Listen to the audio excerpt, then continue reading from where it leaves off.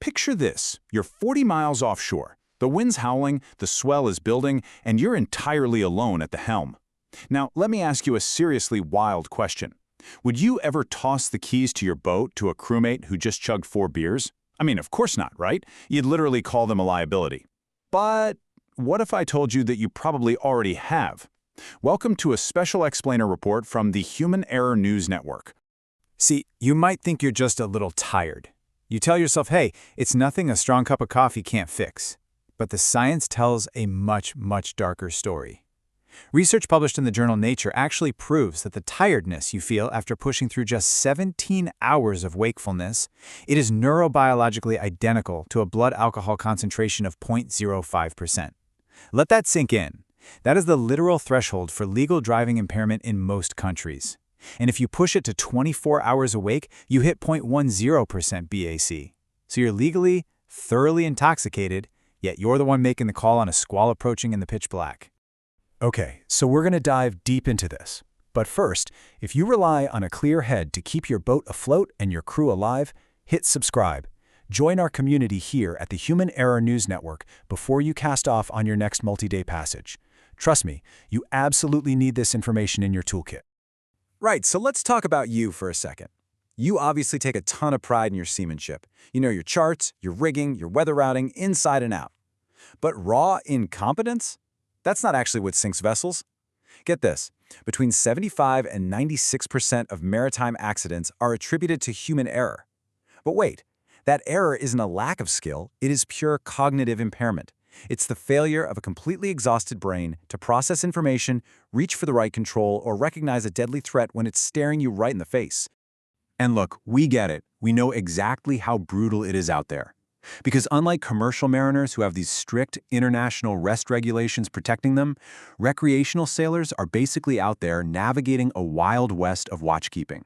We face the degraded sea states, the relentless noise, the constant vibration, and the massive stress of the passage, entirely on our own. We are literally all in this same boat together, trying to balance our deep love for the ocean with the hard biological reality of our own bodies. To truly solve this, though, we need to look at the science. Now, as a safety expert analyzing the science of sleep architecture, I can tell you the data is uncompromising. When you chart a natural human sleep cycle, you see these deep dips into stages 3, 4, and REM sleep. Now, what's really interesting about this is that this is where your physical recovery and mental stability actually happen. If you're interrupted partway through a cycle, you aren't just waking up, you are violently ripping your brain out of deep sleep. It takes significantly longer to become fully alert from that state. Your executive function, meaning your ability to make critical, life-saving decisions, is absolutely destroyed by fragmented sleep. So the absolutely crucial point here is that this is not about your willpower. You cannot caffeinate your way out of biology, no matter how thick you make the instant coffee. You are fighting what's known as the Circadian Trough. Between 0200 and 0600 in the morning, your core body temperature drops and melatonin surges. Every measurable cognitive function, your attention, your memory retrieval, your reaction time, just plummets. This is a hardwired neurobiological reality, and it makes late-night watches incredibly dangerous, no matter how tough you think you are.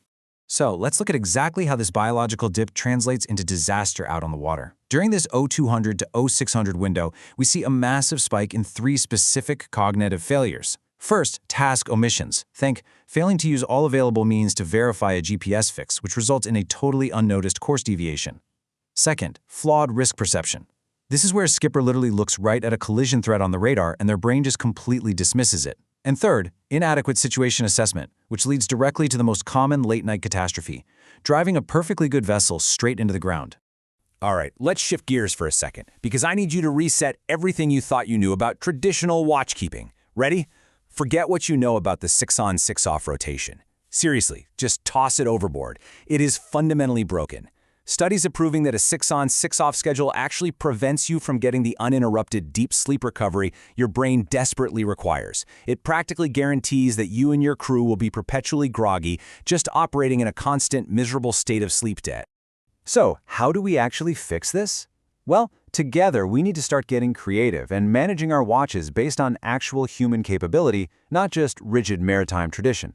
Think about your planning cycle. Instead of defaulting to ranks and titles, we should be distributing tasks based on individual skills. I mean, why does the mate always have to be the one checking the safety equipment right before port arrival? Could your catering assistant or a really capable deckhand manage the security watch so the mate can get an uninterrupted block of sleep?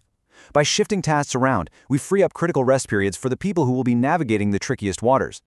The data brilliantly illustrates exactly what I mean. When you look at biomathematical fatigue models calibrated specifically for recreational sailing, they show the absolute power of getting the schedule right.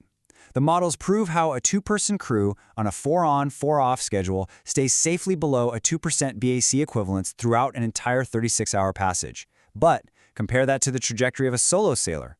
Regardless of how many quick little naps they try to sneak in, they skyrocket straight past that 0.10% severe intoxication threshold.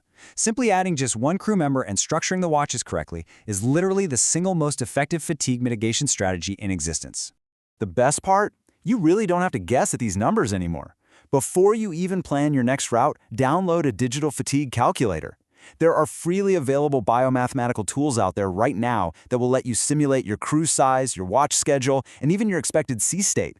And they'll give you a precise hour-by-hour trajectory of your cognitive impairment. Seriously, go get one today. Which brings us right back to you. You are the skipper. You hold the ultimate responsibility out there. So here is your concrete roadmap. Before you even think about untying from the dock, calculate your watch schedules against your expected arrival times. Distribute your duties by actual skill, not ego. You absolutely must guarantee a minimum of 2 continuous hours of deep sleep per crewmate to actually repay that sleep debt. Limit solo watches during that deadly 0200 to 0600 trough. And always factor in how a rough sea state will degrade the quality of the sleep your crew is actually getting. I challenge you to take this exact checklist and apply it to your very next float plan.